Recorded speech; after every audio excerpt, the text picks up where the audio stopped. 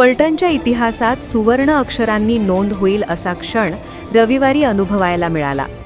वरिष्ठ स्तर अतिरिक्त जिल्हा व सत्र न्यायालयाच्या उद्घाटन सोहळ्याने फलटणच्या न्यायलढ्याला नवे बळ मिळाले।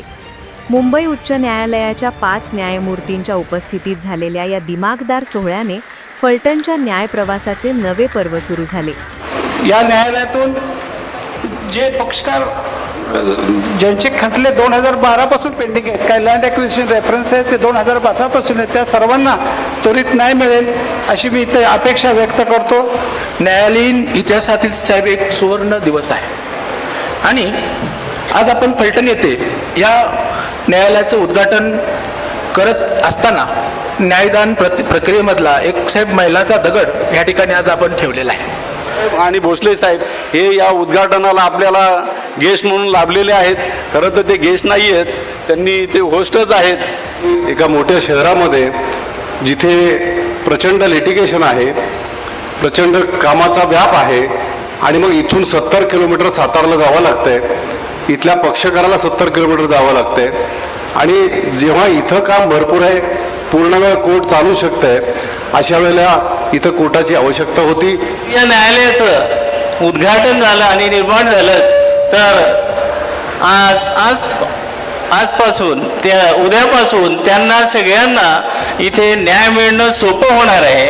नवरा बायकोबरोबर चांगला बोलला, बायकोला न्याय मिळाला। बायको नवऱ्याबरोबर चांगली बोलली, नवऱ्याला न्याय मिळाला। आपल्याबरोबर मित्र आहेत, त्यांच्याबरोबर चांगला वागला, न्याय मिळाला। पावला पावलाला न्याय आहे, फक्त आपण तो जाणून घेतला पाहिजे। ते म्हणाले, साहेब तुम्ही फलटणला या, फलटणी तसंच सुंदर आहे, फलटणचे लोक त्याच्याहून अधिक सुंदर आहेत। काल कळलं की येस, फलटण आणि फलटणचे लोक तेवढी सुंदर लोक आहेत। ज्यावेळेस स्वतः न्यायाधीश म्हणून बसण्याची वेळ आली तर कुठेतरी ते डोक्यात होतं की आपल्याला पाहणारे लोक कसे पाहतात। फार श्रद्धा असते त्यांची आपल्यावरती, त्यामुळे न्याय देवता म्हणा, न्यायाधीश म्हणा, अतिशय महत्त्वाचं पद आहे। माझ्याकडे सध्या अँटिसिपेटरी बेलची असाइनमेंट आहे, मी हे माझ्या वर्कशॉपमध्ये सांगितलं।